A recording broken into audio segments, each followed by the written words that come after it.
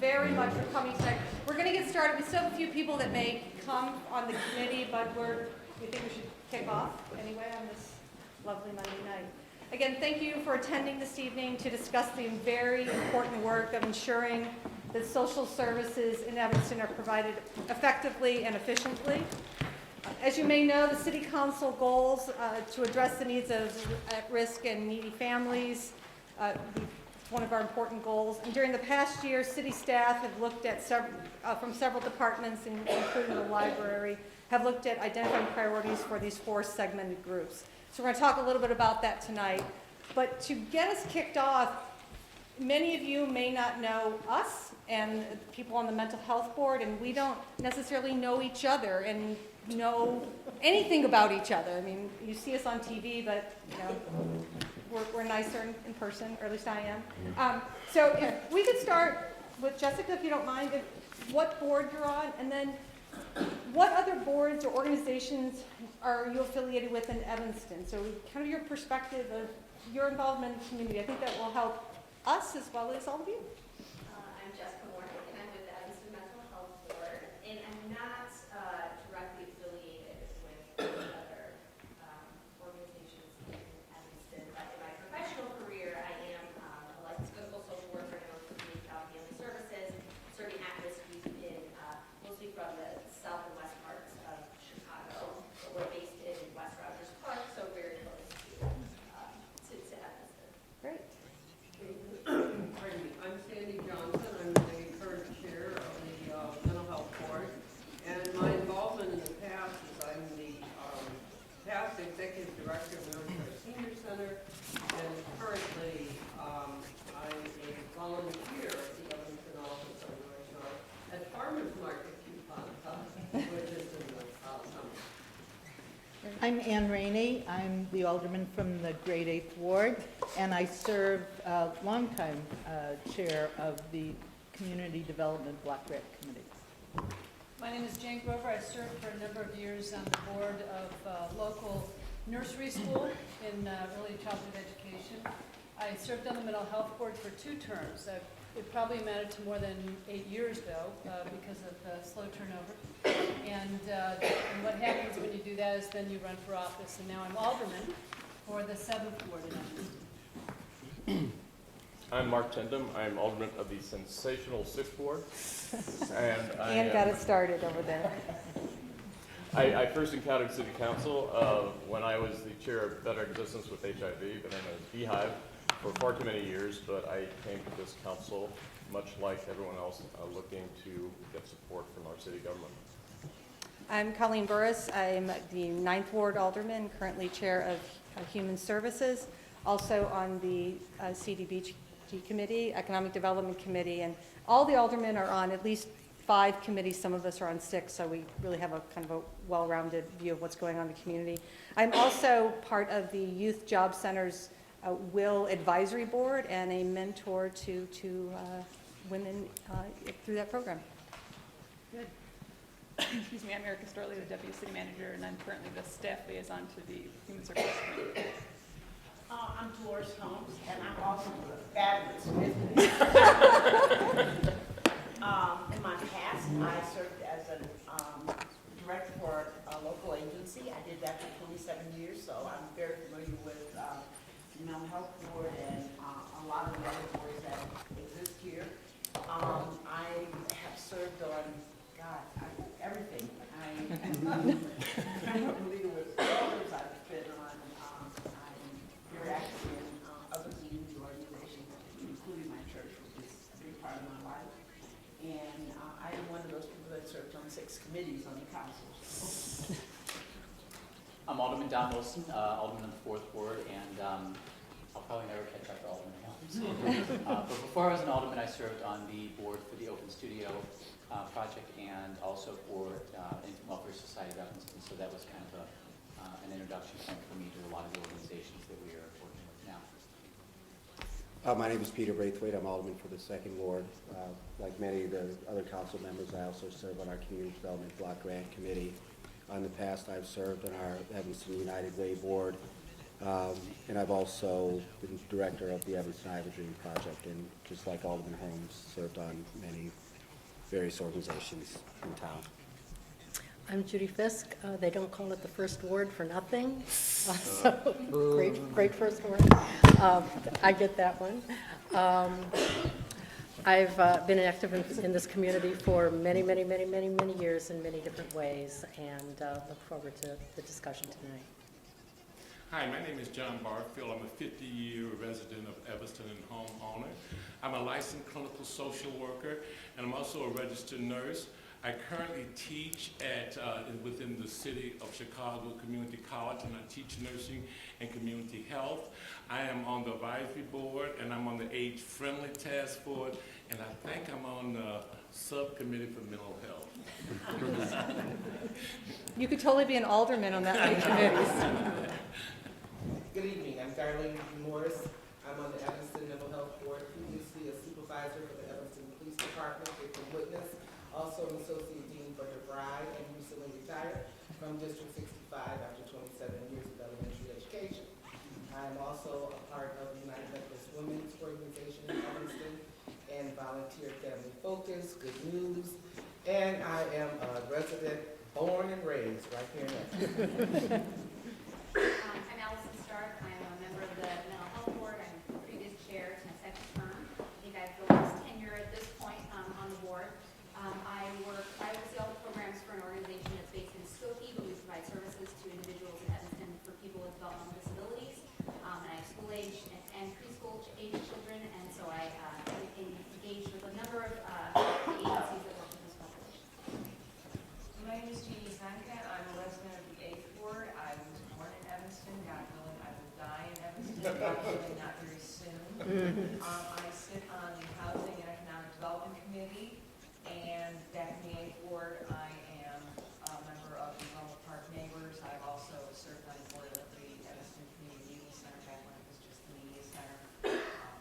And Chief Reddington knows me real well. I don't know if you want to say that publicly. No, I meant about you knowing the police really well. That's right. Sorry, Joe. I'm Joe Taylor, member of the Mental Health Board. I live in Sherman Gardens in the First Ward and president of the association there. I'm a member of League of Women Voters and the Unitarian Church, and I'm a retired social worker, formerly director of DuPage Senior Citizens Council. So I'm fairly new to Evanston since '07. Great. Well, again, thank you everyone for coming. So we're gonna jump into the agenda. Sarah, hi. And does everybody know Sarah? Great. Well, I know all of you know Sarah. So Sarah Flax, can you say what you do here? I'm the housing and grants administrator here at the city. So basically, anything federal that we get on an entitlement basis, I'm responsible for. CDBG, home, and emergency solutions grants, also affordable housing project. And I'm going to talk really quickly a brief overview of CDBG. Evanston has been getting CDBG funds since 1974, and it's named, our committee is named the Housing and Community Development Act Committee because that is the act that created CDBG. So we always crazy name, but that's what we have. CDBG is given to Evanston because we have a significant low-income population. We have significant issues that older cities and suburbs have, which is infrastructure that's been around a long time, but they've changed and various things that CDBG funds are allowed to use to deal with. We can use up to 15% of our annual grant for what I call public services. Most of us think of these as human services, but there are a few little twists. We have to do things like our procedures made a lot of sense. So that's really the funding we were talking about in this context.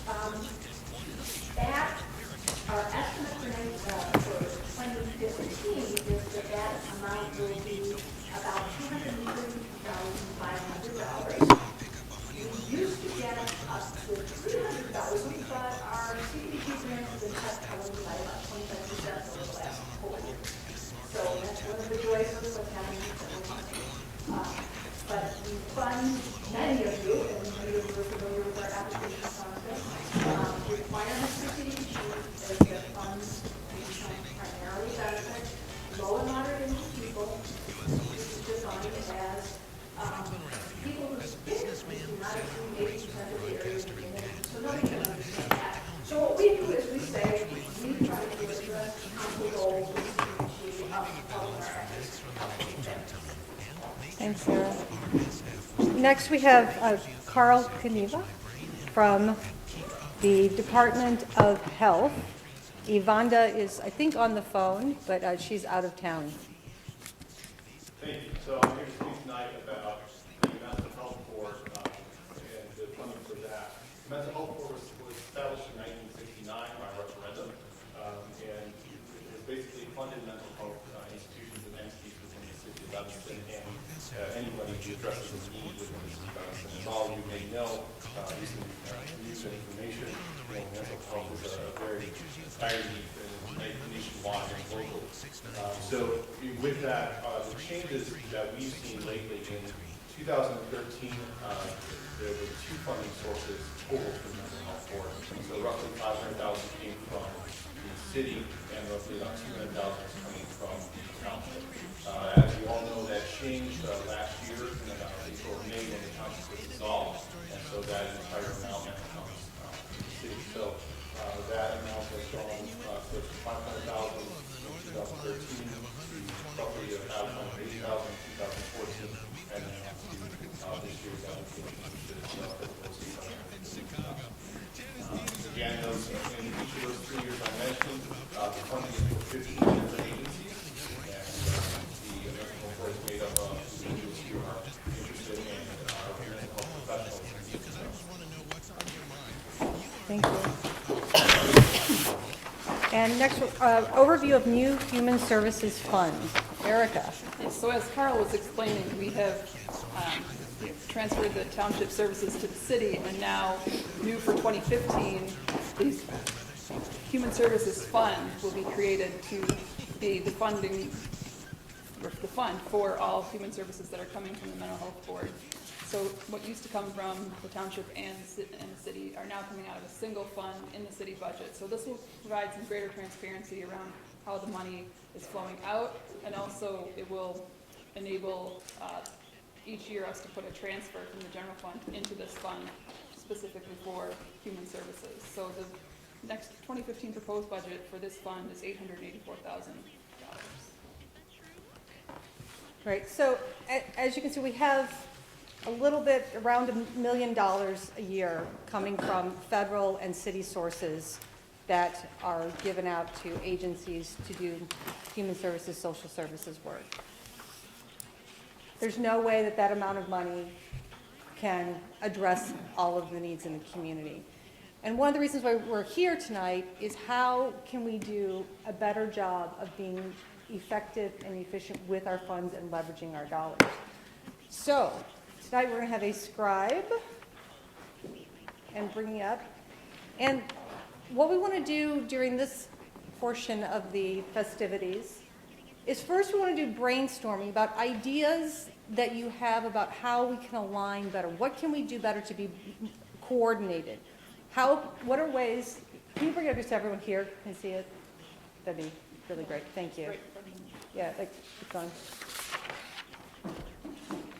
Jessica, will you be able to see that okay? Oh, okay, thanks.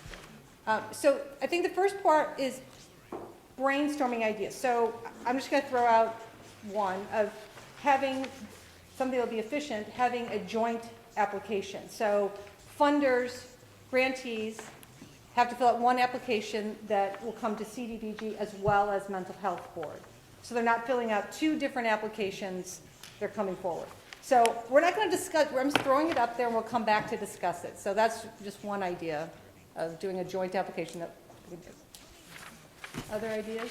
So when you say a joint application, you mean they fill out one application, but all agencies would get that application? All agencies would get the same application. They would go, that application would go for the Mental Health Board funding as well as the CDBG funding So they're not having to fill out 2 separate applications. And then when we're looking at them, we're comparing apples to apples and not the CDBG application and the mental health board application. Be like, so what does this section mean and how does it dovetail? So it's much more, and I know on most of your agencies, you don't have a lot of staff. You don't have a lot of staff time. Filling out one application is a lot easier. Yeah. For those of you who've been around a long time like me, it's the old sort of unified budgeting system that we used to do, similar to that. Yeah. Similar.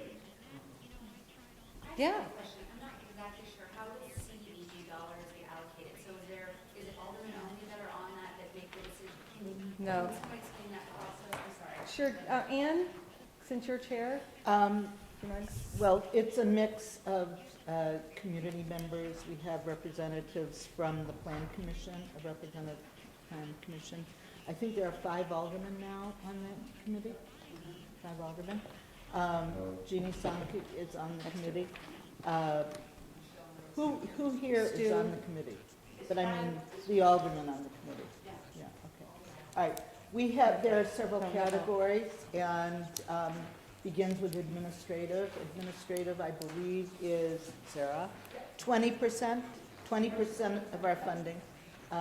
Public service is 15% of our funding, and then the balance is, public service covers applicants that would be categorized as mental health related, social service related.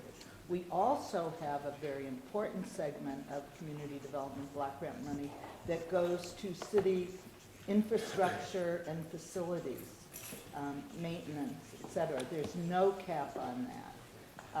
There is no cap on, for example, Family Focus comes with furnace needs, roof needs, theater needs, et cetera.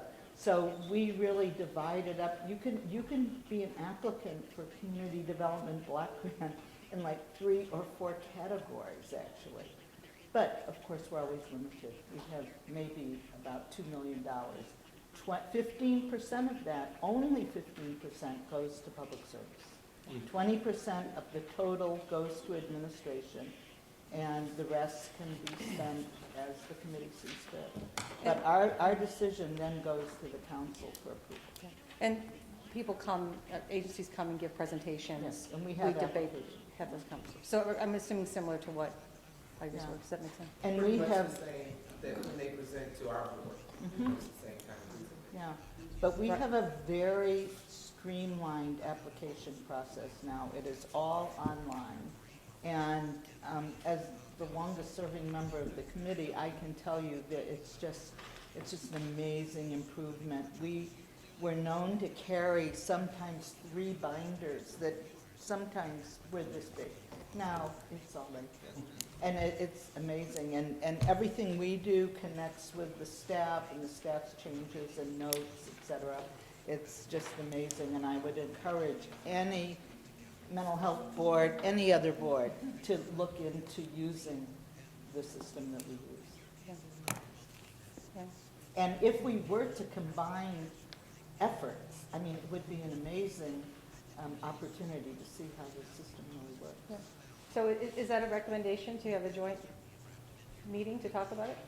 The I thought that's presentation? what we're doing. I was talking about the application, but joint meeting to hear presentations? Well, we could do that. We could do that. Joint hearings. Hearings. Hearings. Kind of the way we used to with, if I may, with United Way. We're talking tonight, our discussion tonight is limited to the city's involvement in human services funding, but there are also, of course, other large entities that have a hand in support for human service agencies in Evanston. It includes the United Way and the Evanston Community Foundation, among as well private donors to all of our human services agencies that serve Evanston residents. It might be helpful too for us to get an idea about United Way's hand in Evanston, what's the level of funding, and how has that changed over the years, as well as what the Evanston Community Foundation is doing. Yeah. Can we Even though put our that up, discussion please? tonight is really limited to the city's involvement in human services funding. But would that be helpful, for the mental health board to know that as well? I mean, don't you know that already? Sure, I mean, that's scary. That's something that we look at. Yeah, Right. I was. On the application, but that would be very important. Because when I was on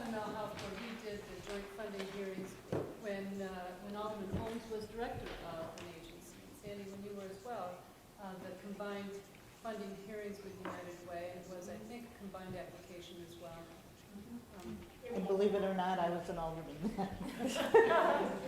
And it worked, I thought it worked well. I thought it worked well, yeah, that long ago. Other, I don't want, I have a bunch of ideas, so, anybody have other ideas on? Questions? All right, I'll throw out more. Why not? I think that, so the council sets goals every year, of priority goals, and then this year we set goals, and then the staff went to talk about the segmentation of the different areas. I think it would be really helpful to have a joint summit with Mental Health Board, CDBG, Human Services, to talk about the needs and priorities that you're hearing about. There's a lot of expertise, obviously, on the council as well as the Mental Health Board.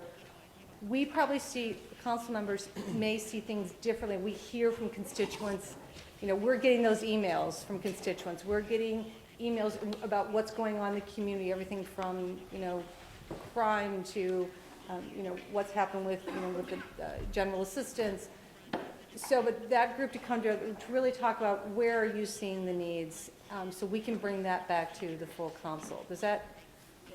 Yeah, we do have access to a lot of data about Evanston and where the need is and what we have assessed is the need. And I don't know if the Mental Health Board has done a community needs assessment any time recently, or if, maybe that was part of the old job of the Mental Health Board. But this data exists not only about housing, but also about school enrollment and truancy, which is also relevant, and homelessness, and we have that data, so we can get an idea of kind of where we are community-wide in assessing need and who is tapping into services and who is not. Yeah, what we're seeing, so looking at you have the big sheet. I don't know if everyone else has the big sheet. That, of the entities on there, 60% get funding from multiple sources. Only one agency only gets funding from the Mental Health Board. So again, part of coming together is that we're already giving funding from various sources. Why, you know, doing it in a coordinated manner makes a lot of sense. 60% are already coming to both entities. Yeah. I think it would be useful, though, to know if we're funding different programs within organizations. These organizations have many different programs under one umbrella.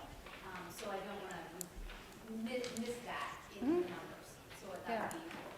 Yeah, and I think that's exactly, I mean, I think you just made the point on having a joint is that we're all hearing what the agency's coming to us for. It's not, oh, I heard they came to Mental Health Board for X, Y, or Z, but you aren't really hearing the programming. So thank you, that's. And a lot of it's the funding too, amounts to match funding. So for some agencies, it's the local funding that enables them then to tap into other sources of funding. So it's important to know how much of our funding, city funding, Mental Health Board funding, which CDBG is critical funding to be able to access other funds one way or another. Allison, it doesn't think it is broken down under some of the programs. So you can see connections, I think child care network, Mental Health Board peer usually services. does. Well, in CDBG, we know all that. I mean, we see their entire organization budget and their program statement, and the section of their program that they're applying for things from, or 2 or 3 sections they're applying. So are there other things that during the course of being on the Mental Health Board or being on any of our boards that have been frustrating, that you think, I wish we could do it differently and this is how? This is the time to throw it out there because we really want to make changes. Open ideas? The one concern that I've always had is that there are no biases. Like if you like a particular agency, you feel they should be funded.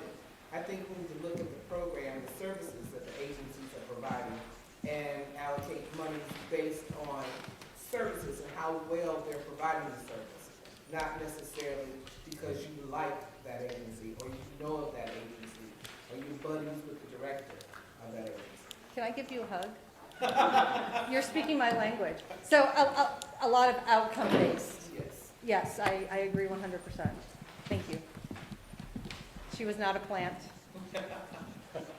What about the lifetime commitment to getting funding from various sources, or from a particular source? And should there be any philosophy invoked that, you know, after a certain time, you need to move on, go to another agency? I mean, we have people, the Community Development Block Grant is funded since the day they were invented, and they'll be there till the day they die. And we don't feel comfortable taking funding from them because they've not really generated the sophistication to go out and get funding elsewhere. And I think that should be a conversation among the various agencies, not so much. I mean, I think that's an issue of the organization and not really the committee. And we did a really good job renaming the Moran Center. Used to be Community Defender. We were basically, like the Youth God Center, their sole source of funding. And slowly over the years, they gained other opportunities. And so, I think one of the things that we need to discuss is levels of funding. We have these pots of money, and then I think some of us feel that we need to give everyone a little bit. And in the last couple of years, I've really just decided that that just doesn't make sense to me. As running an agency, I know that sometimes you need to show that you have community support, but it's not even worth the time to get $200, $300, or even about $200,000, $3,000 sometimes from CDGB or another one of the sources. And the paperwork that it takes to do it is just not worth it. So I think that ought to be part of the discussion as well, that we need to make a difference with these dollars. And in my opinion, sometimes those little bitty, they may look good on an application when you're sending it somewhere else, looking for matching funding, but it doesn't really help your agency, and it really takes up more time with the reporting. I mean, just reporting alone, is time consuming and not worth that kind of money. I'd love some feedback from the agencies about the burdensomeness of some of our reporting requirements for the mental health board of CDBG. While we, on one side, really want outcome measures, really meaningful outcome measures. We want agencies not just counting people in the door and out the door, but how are those lives improved and changed, having been touched by agency services. But at what point does the reporting requirements become burdensome to the agencies themselves? And as you suggested, Alderman Holmes, when is it just not worth it to work? And not only that, but say for instance, and I'm thinking of CDGB now more than anything, but I know like if you do a capital project and you apply for that and when you give you have a $50,000 capital project and this year we give you $5,000, it may take you the next 5 years to get up to that 50. By then, the project is probably escalated to 100,000. So you're just never, ever catching up. So it's things like that concerns me. And that also, further to that, when you're talking about a lot of these capital projects and you talk about the burden of data saving requirements and reporting on that and, all of these other things, how do we determine then breakpoints? At what point is an award from that committee too low to warrant an agency's time and effort to accept that? And does the agency decide that? I mean, if it is the matter of $5,000 is the significant match funds that gets Does them. the agency decide or do we? And, Right. my experience is some agencies have enough experience under their belt to say that's gonna cost us too much in simple, point X FTE to fill out all the paperwork. Others have no idea. They're just trying very hard to do a very good thing for a population and don't understand how much work is involved accepting federal funding. Going back to I realize that there's committees that have the programs, but not all of them do, and I think we would need to delve into that, because I'm looking at North Shore Senior Center, Shore. I know that there are specific either people that our funds are funding, and I want to just make sure that they're funding different things, because that's the thing I hear from agencies the most. And as this has come towards us, there's been some feedback of, we ask for CDBG for different things than we ask the mental health board, that we are not funding the same programs. So I would want to, again, just double check, because there's a lot of agencies where it's not listed, and I'd want to make sure that there was, that there wasn't duplication, if there is, but that there isn't. Right, but that goes right back to your point of having, if the agency's coming at a joint meeting, Right. we're all hearing the same story and not hearing something different, that we're all on the same page. But I want to be clear that I'm understanding what you're saying. I'm looking at North Shore Senior Center. And if you look out in the community block grant, you see where they're funded there. And you go for the mental health board. And right on the crossroad, the township's not there anymore. So For instance, one of the programs, and I don't remember, I think there's two, but one of the ones is the grandparents reading to grandchildren, which I don't believe is raising grandchildren, but it's like reading and doing all these activities. I don't believe CDBG funds that program. I mean, you fund, it could, but so I that's wanna what make we're looking sure- at specific programs. I got it. Exactly, Okay. because that funding from the mental health board may be targeted towards something that is very specific, that is different. So that it could be duplicative, and we would want to try to figure that out, but we'd also want to. Case management is totally different than grandparents. Right. Parenting. Absolutely. I got you. Okay, so you need to do case management services. So those are, I think it's an example where you have what you could say is a large pot of money going to one agency for just one thing, but really it's not going to be just one thing. Well, and that's the whole purpose of coming together, so we all know what the agency's getting, and we're not hearing, it's not hearsay of, oh, we're going to fund this or that. It's really a notion of transparency, and if it's all up, on a similar application and electronic, then everybody in the community can see this. It's really would be helpful, I think. I think going off on transparency as well is, I think opening up the ability for agencies that are not currently funded to have access to the application process for mental health board funding or CEB, making that process more transparent, because I do think that there are agencies that have been funded over and over and over for years and years, and that other organizations haven't been, and don't know, they feel like they have to have it in, or have someone who likes them to be able to be funded. So I think that would be useful. I can tell you that Community Development Block Grant Committee holds hearings several times during the year. And I find it, and I'm going to get on my high horse right now. I've been working at this way too long to feel this way, but it is so offensive when not one agency comes and talks to us and tells us what their needs are. But then we get a boatload of applications for funding. And you were good at that. You used to come. Yes. But others don't. It's almost an entitlement mentality. We got $25,000 last year. We're going to get it this year because we're big or something. And I just think that while we're talking about, as boards and commission members, what our obligations are to the community and to the agencies, I think the agencies have an obligation to be transparent to the community that they need these things, and we don't hear that out loud. We have a completely empty room. I would say 90% of the time of our hearings, at least 90% of the time, not one person comes. Not one. Yeah.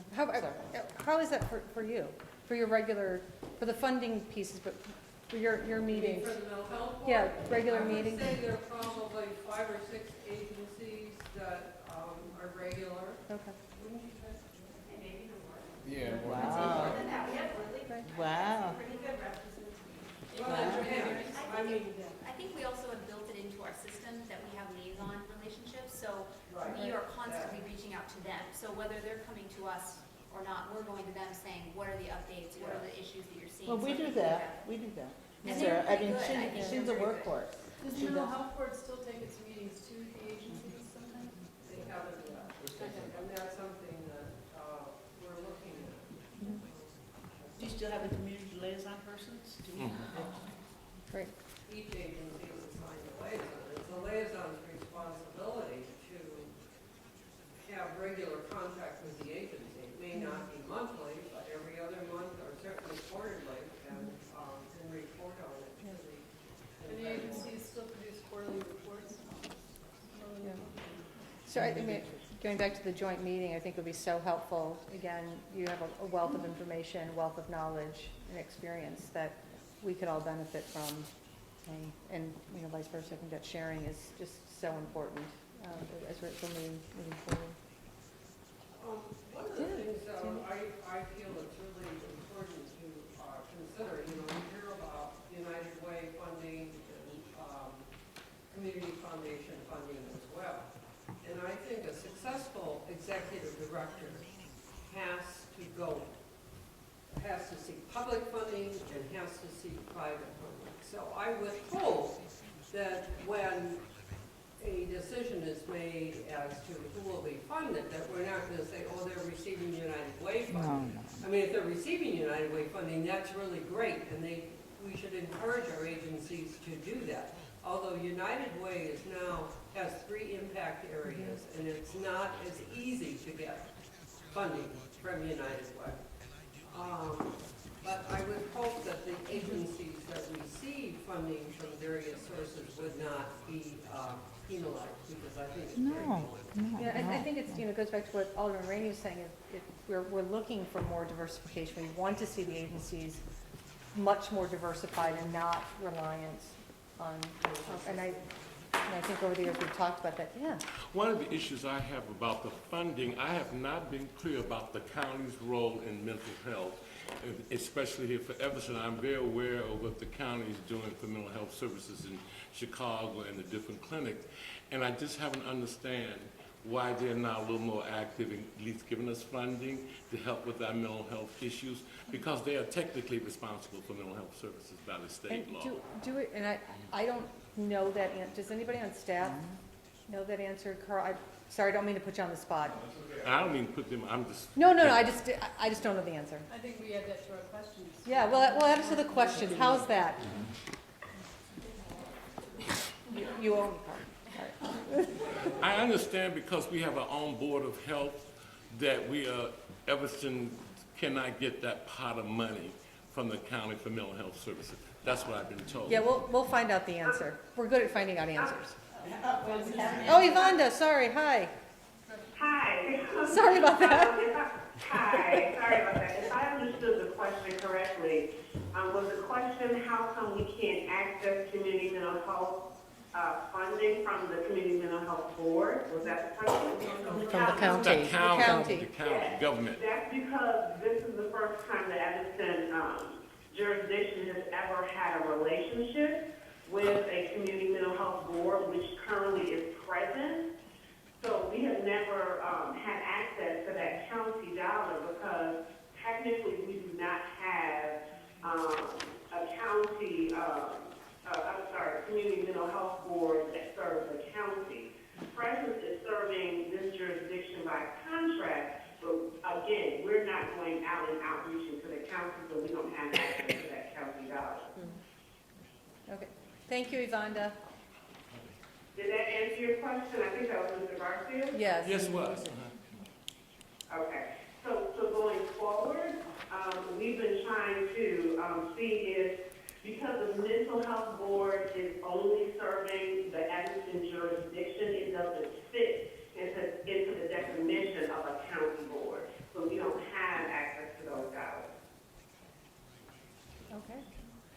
And, yeah. Maybe for Yvonne, is there any formula for funding the mental health board? How do we decide? Yes, the board members themselves actually determine a formula for funding based on the number of proposed applications that they get. Is that correct, Allison? Sandy? I'm not sure. I Wait, that's interesting. We have 100 applications, so we're gonna have a So million. I mean, I- that can't be right. The question is there a formula of, sort of like CDBG, there's, the federal government says you're gonna get this much because of this formula.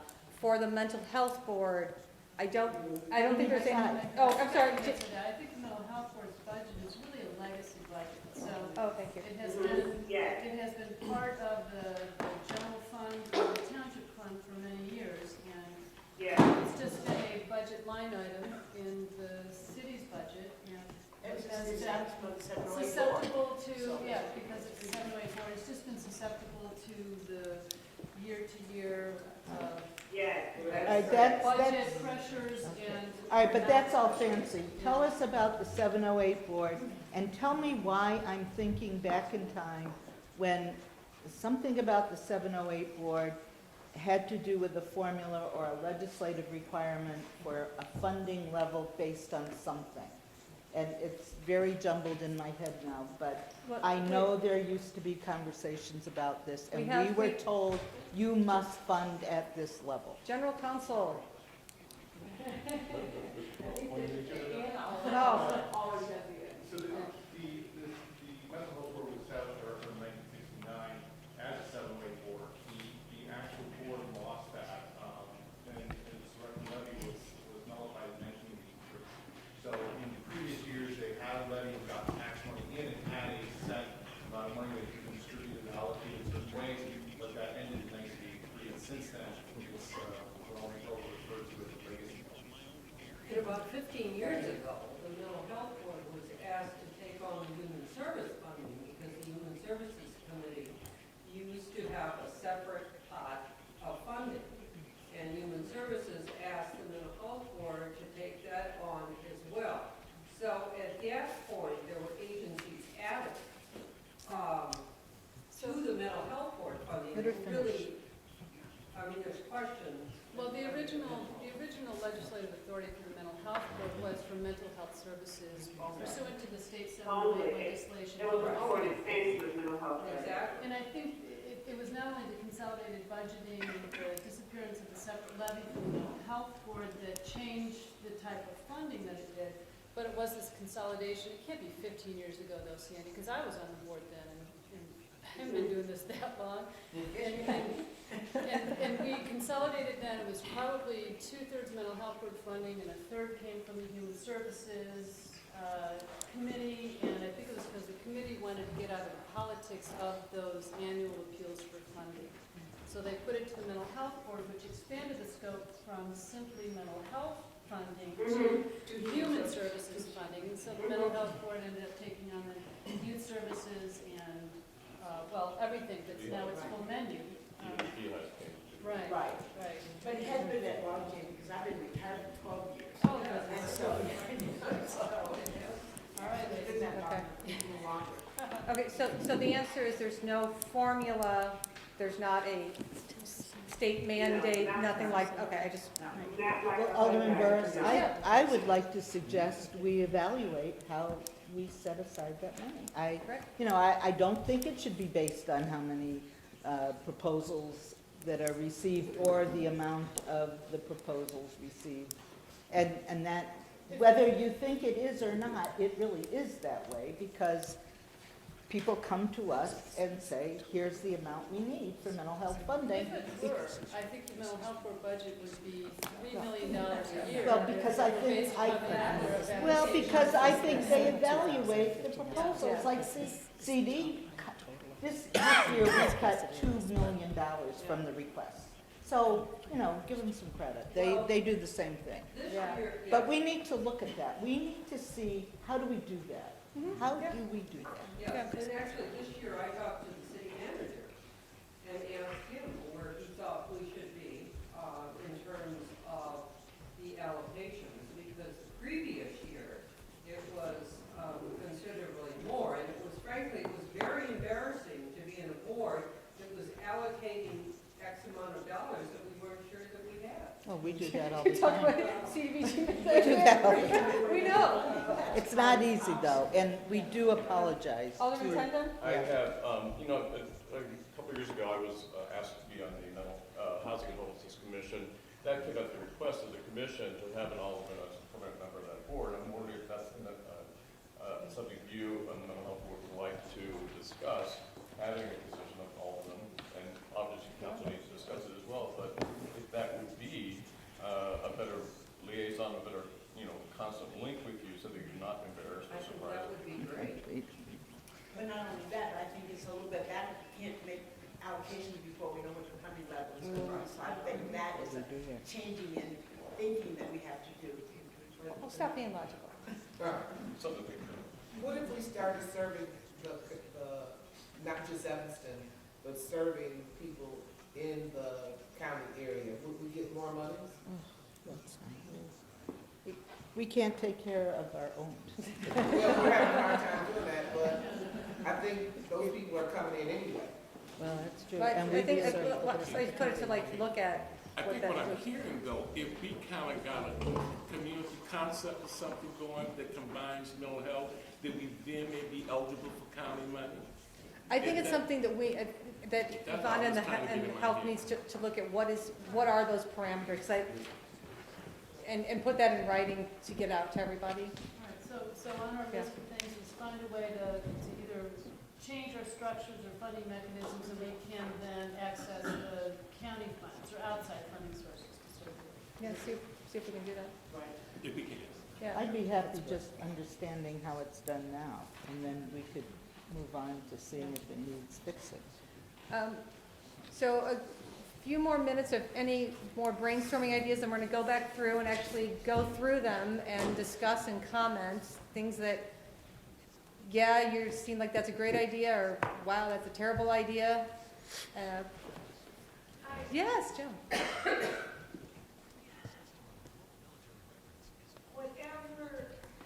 However we come out, as far as making changes is concerned, I would like to see that all of us are working to support the fine agencies that we have in this community. I am so impressed. I've been on the mental health board, I think, 4 years now. And I come from another community, DuPage County, that had also good agencies. I am so impressed with the work that our agencies are doing. And I know there's not enough money to support the agencies at the level that we'd like to see them. But however we do it, I think the image that we all portray to the community should be one of pride and support for our agencies. Thank you. Yeah, go ahead. I would like to mention that it's important for us to remember that some of our agencies were asked by the city to provide specific services. Absolutely. And so the services that, for example, peer counseling, peer services is providing for the dual diagnosis. That wasn't their idea to start the program. It was the city's idea to start the program. So I think that's very important. I was going to say that because the city is not interested in being in the business of direct services for these types of services that the agencies provide, but it's pretty clear that we've made a commitment to supporting those services as the budget allows, pretty much. And it was really gratifying for me when the city council made one of its top priorities, and here they're just listed in alphabetical order, that services for at-risk families is one of our 6 city council goals. Which means to me we're not looking to back away from our commitment to those residents who need and require and expect community services. And it's part of Evanston's safety net that we've all made a commitment to.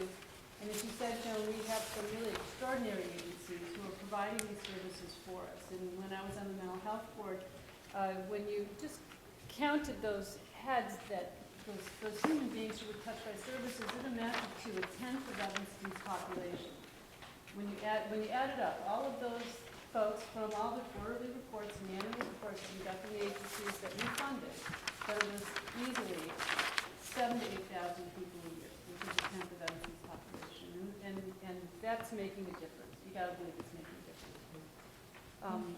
So an interesting part of this conversation may be talking about more explicitly what are our goals and priorities. What does it mean to be committed to services for at-risk families? And can we, mental health board, CDBG, City Council, Human Services, can we agree perhaps on what our funding priorities are, and then maybe some of our funding decisions will flow from that? We're having a discussion now. I'd really like to involve the agencies in this discussion, because I'm sure the agencies are well represented here, and they may be just looking at us thinking they have no idea how my agency runs and the people we serve. They are so out of touch with what's going on and the people who walk through our door every day. And I'm wondering if we can take this summit and do it again, but sit in round tables in smaller groups and get feedback from the agencies who are actually doing the work and find out, is the paperwork burdensome? Do you like, is it meaningful to do the quarterly reporting or the annual reporting? Is there a better, more efficient way to fund human services in Evanston and reach more people and with more meaningful services? I think we need to include those who are doing services for us.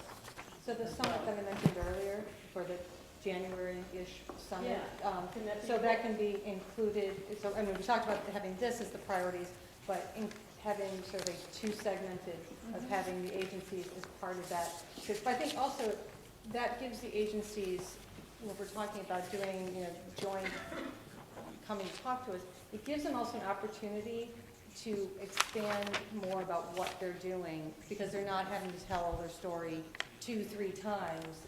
They're doing one application, they're telling their story once, and they're getting feedback from all of us at the same time. And I think it's great that we're do this again and do it in January, but while we have them here tonight, I would like to know if any of the things that we have listed already make any sense before we move ahead. Yes. If they like to take away, add to, that kind of thing. Is that? Yeah, and we have, I'm sorry, it's comment period, I have the draft one. So we do with comments at the end. Oh, okay. Alderman Wilson. I guess I'd rather not wait till the end. Well, no, that's, yeah, sorry, I'm happy to, Start wrapping that in. do you guys sign in? If you want, do we have it? Can I have it?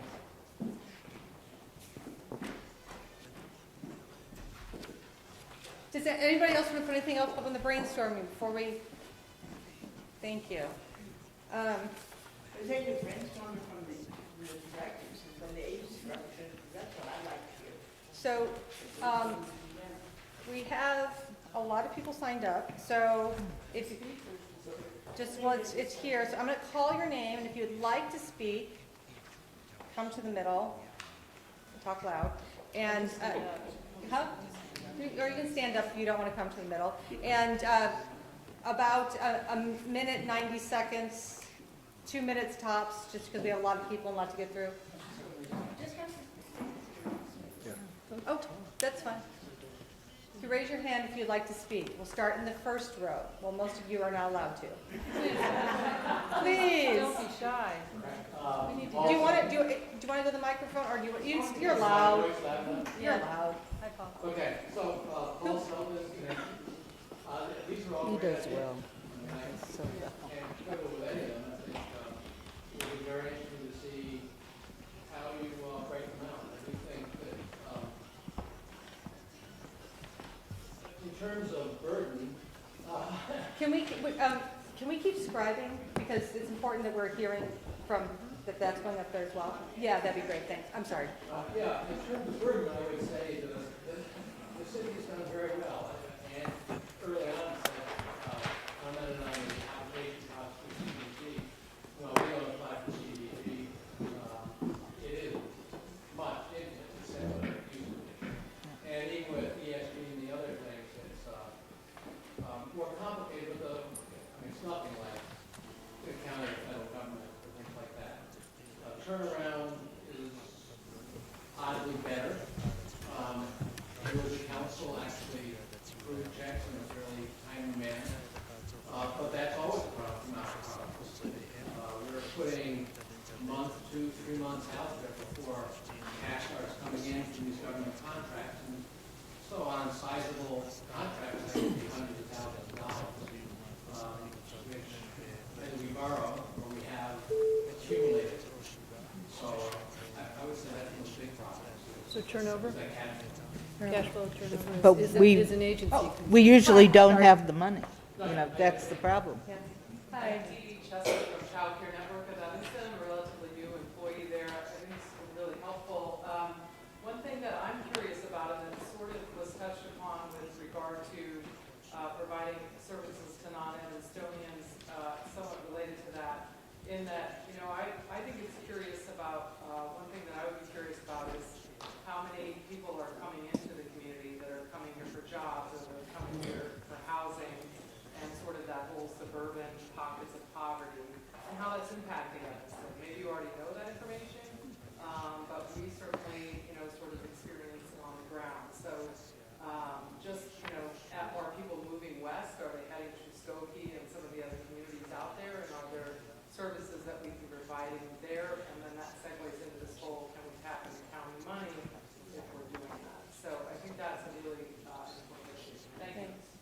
First row on this side, please. I'm Liz Gordon from North Shore Senior Center, and I'm really enjoying this discussion among all of you. I need to know each other. And I think the transparency and coming together with the unity is what our needs are, and everybody hearing it at the same time. I think it's the only thing that makes a lot of sense. And in general, I think it's really fascinating meeting. So thank you for your comments. Yeah. Debbie Young from the LSAT home. Sort of the new so maybe Could you say where you're from again? Meals at home. Thank you, I'm Meals sorry. at Home. Thanks. Mental health has a great connection with us in that we're allowed to report in what we're doing with our liaison and sort of following up on that time-saving thing. It would be great to come to all kinds of summits and meetings that are jointly held, but keeping in mind too that that's also a time commitment for nonprofits. that's We're true. already stretched to try to a couple more hours fit in that we really don't have. So I appreciate that as both a time savings and also it's nice that they're interested in wanting to bring us. So, thank you for tonight. I think this is awesome. But looking at the time management issues that we have. Well, you know, could I comment on that? I understand what you're saying, but when we are told by the agencies that we don't get their program or something, and we ask for, we offer an opportunity to come and tell us what you need, I think that's something pretty important to make time for. We all, I mean, we meet all the time, and, you know, I mean, we're in the same boat as you are. I And agree. I'm just from the if you perspective can't of- come, you need to send us a letter or something to submit on the record, so we know, you know? I mean, one of the things Ms. Carlson always did was she always kept in touch with us by phone, whatever, to tell us things that she saw in various buildings or in certain, you know, apartments when food was being delivered. She was extremely helpful in keeping us up to date with their needs. So I think it's something worth making time for. Second row? Second row, this, yeah. Oh, I'm sorry, you gave your hand, I can't see. Oh, well, I will now. Oh, sure. I just couldn't, the angle, I just couldn't see you. I'm Mary Michelle. We're Pam McCormick with Metropolitan Family Services, and I'm also new to this, to Evanston and Skokie area, but I do appreciate being part of this process and hearing all of the ideas and the strategies that are on the table at this point. One of the things that strikes me is that I'd like to constantly see it outcome driven. That's key for us as an organization. I think one of the struggles is that organizations do a great job, and just because the dollars don't reflect necessarily the success stories, I think there's more detail to that. So when it is outcome driven, it really talks about a little bit more about what we do and how successful we are. So that would be one of the areas that I'd like to see how we can pull that together. Thank you. Hi.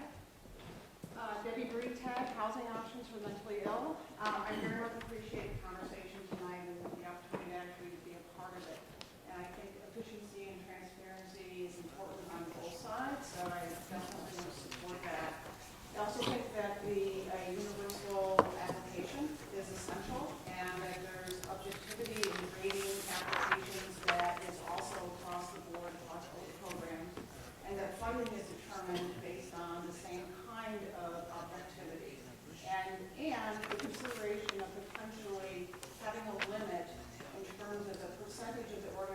budget that the city will support. So a cap on the amount of 10% of an organization's budget is the most that the city will support, because just like someone said earlier, good executive directors or good boards of directors support agencies having good portfolios of income. And that's the only way that an organization is going to be sustainable. And so the funds that the city provides are important.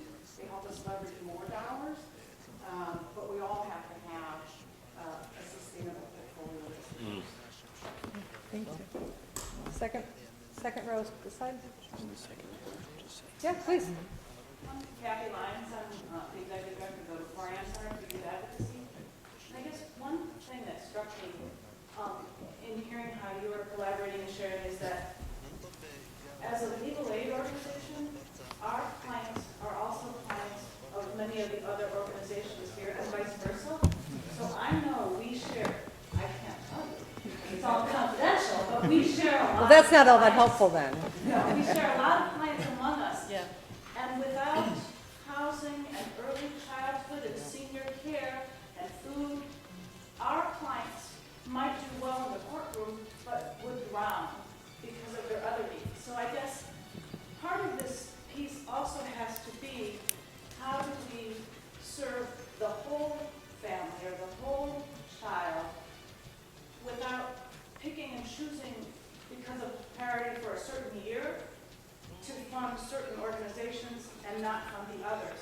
Because it's a self-sustaining community, if you will, and if we take one piece out, the other organizations may do great with, fine arts or employment, but if they can't get a job because of a criminal record, they're not going to be able to get there either. So I guess it's the interconnectedness that I'm trying to stress is a strength in Evanston, but also an importance in looking at how you prioritize your funding. Thank you. The other thing I was thinking is with organizations, and I think somebody mentioned it, who's Allison? If you are in a lot of different types of activities, and you do currently segregate one program to get funding from the Mental Health Board, and another program that's very different to get funding from CDGB, how does a universal application address both programs? Because if you can only apply for one program, then you're by definition would be diminishing the services. Well, if you want your roof replaced, you can only apply to CDBG. But you might also need case management. And we can also help you with that. But so, I don't see that the universal application has any problem with that. So would you fund different programs? Sure, we do, absolutely. So here's, well, I've got my friend Kathy standing. Kathy, can you fill us in on how the agencies, directors or agencies coordinate? There used to be a local area network for the agencies, and sure. Kate, are you still meeting? Are there regular ways in which you coordinate, collaborate on not just individual families, but programmatic? There's still a local area network. Now there's a Cradle to Career initiative, which is involving probably just about everybody in the room in terms of looking at collective impact for the long term. I think that's probably a piece of all this too. And then there are lots of different working groups working, if you're working on youth and employment, you're working with that group. If you're working on mental health, then there's a bunch of mental health. If you're working on housing, there's a bunch of housing groups. Some of them organized by city staffers who ask groups to come together. Some of them organized by different funders. Evanston Community Foundation will put people together. So I think there's a lot of collaboration. I think we all see each other a lot of meetings. I think it would be useful for this group to understand all the ways in which the agencies already coordinate and collaborate on things. So if there's a not to get a schedule of meetings, but if there's a way we can get a list of, the regular meetings, the irregular meetings, the ways in which, because it helps us to know how you're working together. Yeah. Sorry to put you on the spot. Next to you. Do you want to speak? Yeah, go next door. You knew I was going to get up, right? I would be surprised if you didn't. So my name is Kate Mahoney, and I'm the longtime executive Executive Director of Peer Services. I'm very excited, I think, about what we're talking about tonight. I have the opportunity right now to co-chair the land, and one of the things that's really unique again about Evanston is, you know, the child and adolescent land came together when there was some funding from DCFS and there was some funding from the State Board of Ed, and both those pots of money disappeared, and in many communities, the lands folded. But in Evanston, I think based on the spirit of collaboration, although there's no funding to put together land RAP plans for families, the land still meets because we find the value in talking to each other. The land serves a function of coordinating 4 times a year now training, free training that provides social work CEUs for agencies, again, as a way that we're trying to work together. And so I'm very excited about the idea of more ways that there can be collaboration. I want to thank you because I really think it's the spirit of the city that sets the tone for that kind of collaboration and allows us to work together. So I'm incredibly grateful for the funding and support. We work with an issue that is sometimes a little hard to fundraise for. There's a lot of issues related to stigma, and we're fighting that battle all the time, but I'm incredibly grateful for the wisdom of the council and the mental health board in terms of how they support the work we do. Thanks. And keep going down that row. Anybody? Yeah, I'm Rebecca Keckbeer, and I'm the program officer of the Evanston Community Foundation, and I'm really glad to be here in this room and hearing from all of you, but also from the room. And I loved Jane Grover's idea of putting together small groups so that we really can brainstorm together. I would add that instead of, or in addition to a universal application, there might be ways of increasing communication. There's been some talk about understanding what programs are being funded by different sources of funding, and there's ways to do that to increase transparency. The foundation itself has multiple grant cycles, and so I'd love to be part of that. Anybody else on that row? No? No, come, yeah, great. Okay, thank you for convening this meeting this evening. I would like to commend the mental health board and mainly all of you for the ability to put together liaisons to come out to the agencies. It's really important. You work really hard and you read about us in the proposals and you evaluate. So it's nothing like coming out and looking at us face to face and seeing what we're actually doing. So I think that the liaison concept is really a good one because it gives us the confidence and also encourages us to do that work. So I want to thank all of you for encouraging us to be here this evening. Thanks. Oh, I'm Dorothy Williams, Director of Family Services, which is really important.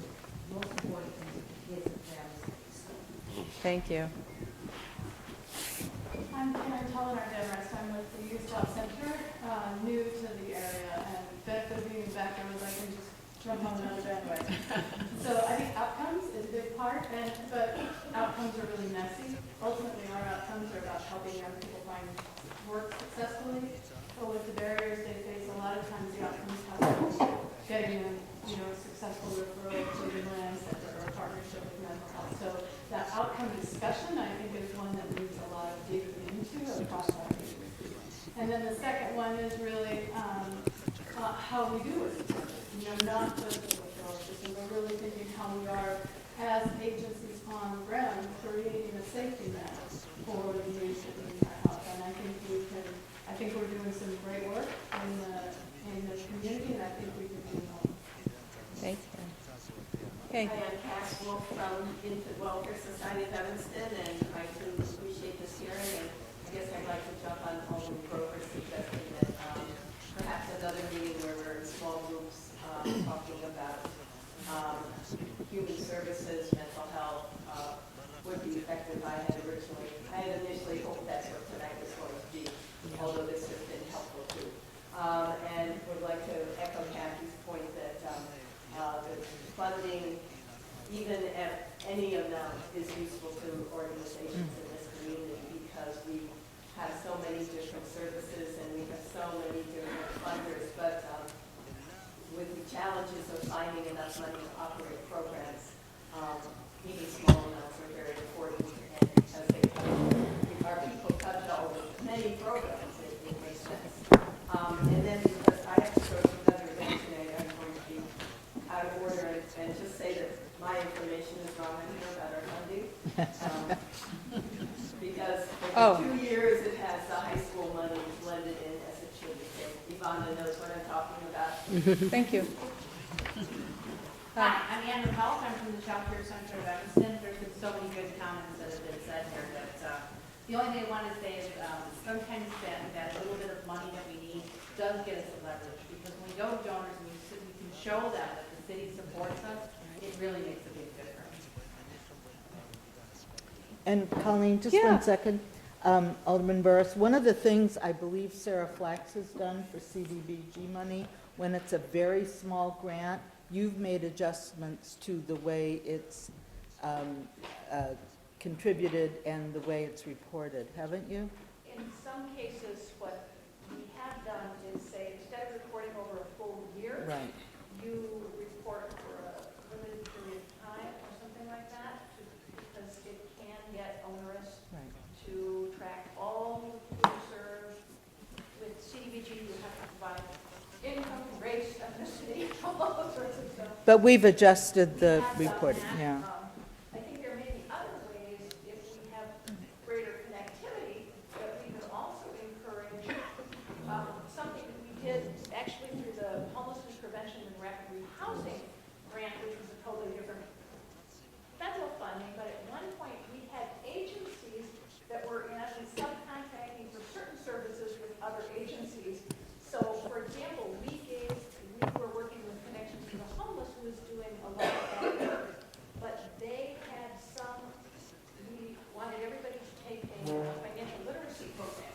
And some women who they were working with were referred to the YWCA's program, and in essence, they have a subcontract. That's allowable with federal funds, which can sometimes make it more efficient than funding all the agencies directly, but still get that level of services and that capacity, and not create a new program.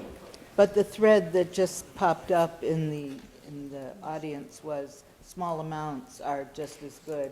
They're very helpful, and we're trying to make it not onerous in the reporting.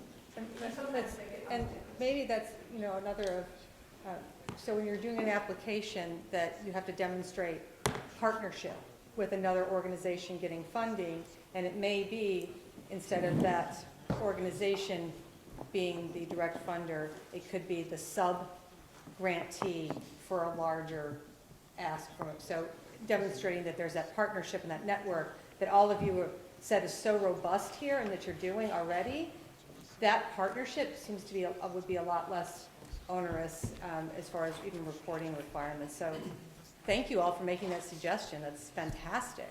In the mental health application, they are asked that question.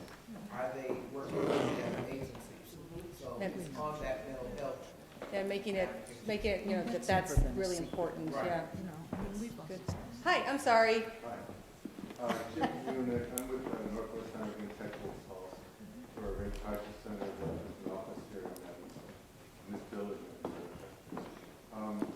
Just a few comments I just wanted to share with you. It is nice to have this dialogue. I appreciate those of you who advocated for getting our input, because I think that will be a key element in this whole process. Whether you're redesigning an application, and also how you establish priorities. We obviously have a vested interest in the organizations we represent, and you have a broader interest, so how you go about a needs assessment will be important in determining your priorities.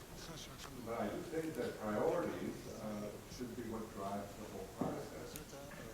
So I think that beyond just the agencies who are receiving funding, there needs to be a look at the whole community and see who else is in need and who you want to serve that. Because if you look at the United Way model, they've not only narrowed it down to a few areas, but they've defined those areas so specifically that even if you're in that area, you may not be fine because of how they define it and what they're looking for in the development. So idea of structuring this group into your whole process, whether it's redesign or whatever. I'll leave it at that. Yeah, and I just wanted to let you know, and then we can email this to you if you give us our email. There's a memorandum on priorities and strategies for at-risk populations that the city's staff did and segmented different populations, and it's really a great starting point for what we talked about for a January or early spring summit, that, bringing people together to talk about those priorities and our needs. But they've already started on that base and a lot of information, so we can email that to you, if that'd be helpful. And I'm sure anybody that wants it, it's a PowerPoint as well as a memo.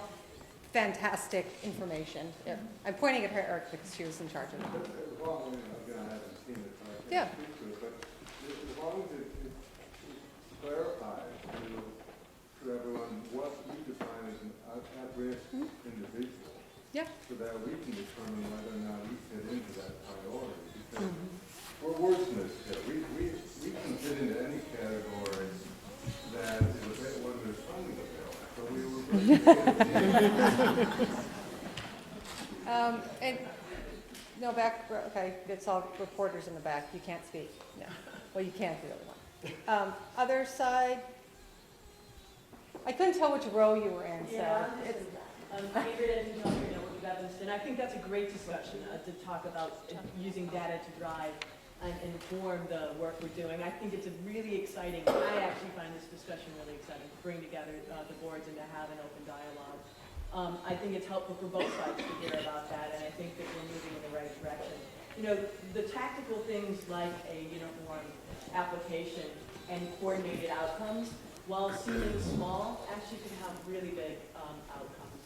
And the outcome piece itself could be extraordinary. By tracking the same pieces of information across, we may be able to see better how we're working together, how we better can leverage resources and coordinate our activities together, which we do, but we could even have greater opportunities to do.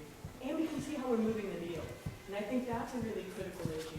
We all want to improve the lives of children and families in the community. We're collecting information in little silos ways. If there's a way that we can work with the city to help us be able to measure that and see that change over time, it's going to help us be better at the jobs that we do. And if we can use evidence-based outcomes and assessment tools that many of the fields that all of us work in have developed over time, that will allow us to increase the resources. I also think that these strategies that identify ways that we can coordinate and subcontract with each other to leverage our skill sets and our resources, what Kathy does every day and what Peer Services does every day is related to every family that we touch. And being able to ensure that we can coordinate those resources, reduce the burdens of needing to move between and among our agencies, and increase the efficiency of assistance may, in the end, really improve the outcomes in terms of the communities and our neighborhoods. And so I laud you for doing this work. I hope it continues, and that you take the time to thoughtfully engage at that weeds level, very practical, because it can really have a large impact, I think, moving forward. So thanks for the time. Did I miss anybody in the back? Did I miss anybody? Anybody else want to make comments from the audience? Great. This is very helpful, I think, helpful on our end as well. So can we just bring those back up and just to recap? Oh, I'm sorry. Jolene. I remember once upon a time in Evanston, there was a directory that had services and how to get in contact with people. I know it's a costly thing, but I really think we either need to make some type of packet like that, a directory of agencies in Evanston and what they do and where they are and who's the director, or not put that part in there because it changes sometimes. Or put it on our website, so that people can, use technology. People can look up and see, if I'm new to the community, how do I find out how to get child care? How do I find out, about getting my teen a job? That actually does exist on the library's website, and the reference librarians do a great job of trying to keep it up to date, because that's the continuing challenge, is that there's always turnover, but they do a great job. And also, if you call 311 at any time, they can also give the information. If you call 311. Okay. But I think, But why not but I on the think city's it's, if we website? have it, then publicize it, let's Exactly. market it, Yeah. let's, So that, it's there. you know, if the mental health board doesn't know it exists, That's what I'm enough said, right? Yeah. I, as an Evastonian, never would have thought to look at the library's website. Me neither. Okay, so better marketing and publicity of the site would be, all right, so I can read nothing over, we got, yeah. Joint applications? Okay, is anybody, That's really, that's not really what we mean. We mean a universal. universal application? Okay, so is anybody adamantly opposed to it? I'm not opposed to it. I just want to, but I think we looked at this last year. So the mental health board designated two individuals to look at this, and Sandy, I believe you were one of the individuals. I think one of the challenges from the mental health board's perspective was that there were questions that we asked that CDBG is very streamlined. And I think that our committee found that some of the information we would like to glean wasn't going to be able to be, we weren't going to get that using the CDBG application. So I think that that would be a challenge. I don't think it's using the CDB application, I think it's using a universal application that's coordinated. The other challenge is the Zoom grants. So I think that because Zoom grants are very limited, and Carl can probably speak to this, it has a very limited number of character GPs, a number of questions, and there was some limitation, there was a lot of limitations put forth as some of the challenges. So I'm just going to say that that was a challenge that we faced last year when we looked at this, but I think we're in favor of doing it if we can figure out a way that it makes sense. To work together to do it, so Yes. that's what we're looking Right. for is. Yeah. Well, that's what we brainstormed, and then we're coming back to comment. Well, it's, I mean, just we're going through it. That's why we wanted to come back and comment. I guess the other question I had was, does CDBG have specific questions they have to ask, or is it completely open? So if There they're, are specific questions for specific categories that speak to all of those reporting requirements. right, so I guess that again, that would be obviously a challenge, but certainly not something. Well, but the other thing you can do is for, note on it for CDBG applicants. Right. Only, right. And for mental health board applicants. Right. We just Yep. want it easily- Yeah. it's easily done. Yeah, so it sounds like we're pretty much in consensus on going forward with that, and it's definitely, I mean, It's- your it's just- mental it's health workable. applicant Yes. can't Yes. Number use two, C and D, Joint hearings? you know, I mean, it's simple. universal hearings. To Does say you anybody have an can't issue do with it that, is Allison? just not yeah. very helpful. So the only thing, I don't have an issue, but I guess my concern would be, you guys fund a lot of agencies or programs that we don't. So I can But imagine we separate when they come. when they come. I think we should be a little more positive about this and have the various directors work together with our staff. and Yeah, I come think up with that's, it. I mean, because there's just- we do separate it out.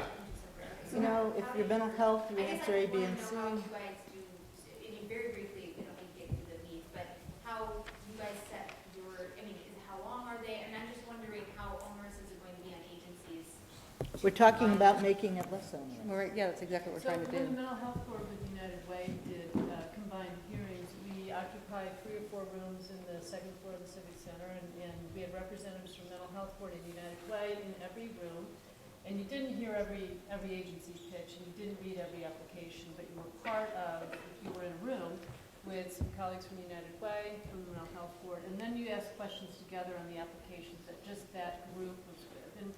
And it rotated through, and it didn't seem onerous either participating as a board United Way member or as an agency representative.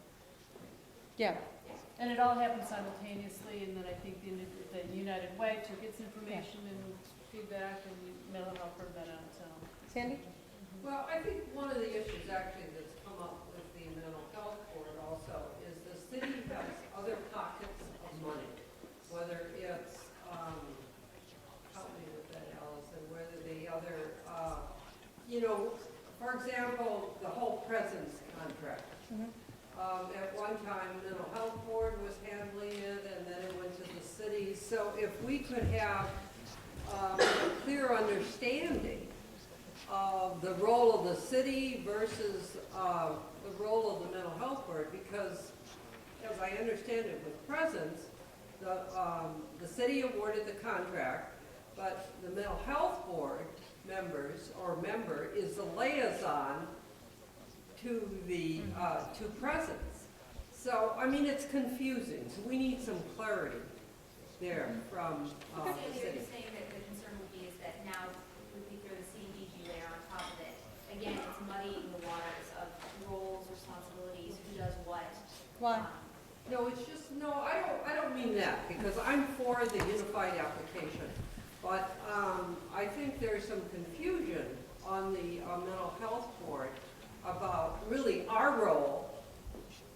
Whoa, let's just take the president's contract. Well, I think my understanding was that mental health board made a recommendation to city council to hire someone, and the city council rejected that and decided to go a different way. And so the mental health board is a recommending body, and the city council is a decision-making body. And that's basically what happened, was that there was a recommendation. We don't always accept all the recommendations that come before us, and sometimes we go no, and we're going to go somewhere else. And so that's the basic difference. You're a recommending body, and the city council is a decision-making body. And we knew of a 24-hour service that was available for us to connect with, and so that's what happened. Well, I'm not saying it's the wrong thing to do. No, I'm just explaining the I wasn't even definition on the board difference. at that time Yeah. when this was all Yeah. decided, but I think that. But aren't we getting into little Yeah, no, nitty-gritty stuff now? I think we should move on. Yeah, no, I think that's the basic answer. It's a recommending body versus a decision body. Have That's a different. smaller group discussion about this. Next one. More information around United Way and Evanston community funding or other funding streams. I add to that, getting a handle too on what kind of state funding flows into Evanston and the changes in state funding. Events tomorrow may change everything, the entire landscape, but it'd be nice to know the dimension of state funding at Evanston for human services. For human services. Great. For human services. Okay, next one. Trying to get about Joint meetings between mental health board, CDBG, and human services. Summit?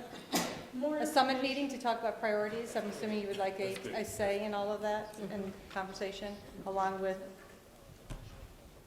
boards? More information on programs funding, so.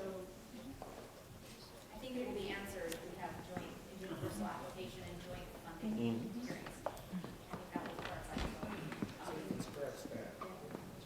Allocating money for outcomes, so programs that improve evidence-based outcomes results. Yeah, that we heard that a lot from the board as well as from the agencies, that outcomes are so important, and funding agencies that are showing outcomes. I think we heard that across the board. Cap funding for a number of years. Level of Discuss. funding for smaller recipients. Reporting requirements. Award amounts that are low, maybe looking at agencies that are getting lower amounts and return to those agencies. Make application process more transparent so that more agencies are willing to apply. Get more information on county funding, specifically for mental health. Evaluate the method of funding proposals. To have alderman representation on mental health board. So. Do you have a problem with that? Anybody? Great. Super. That's a Great. great idea. Super. Great. To hear from the agencies about the populations they're serving, so can Evanston serve the county as a way of accessing county funds? And more marketing. Great. Marketing about the network, about our human services network, so. So we'll pull all these together, put it as a minutes for the meeting of bullet points of here's some discussion items and where we should be taking action for next steps.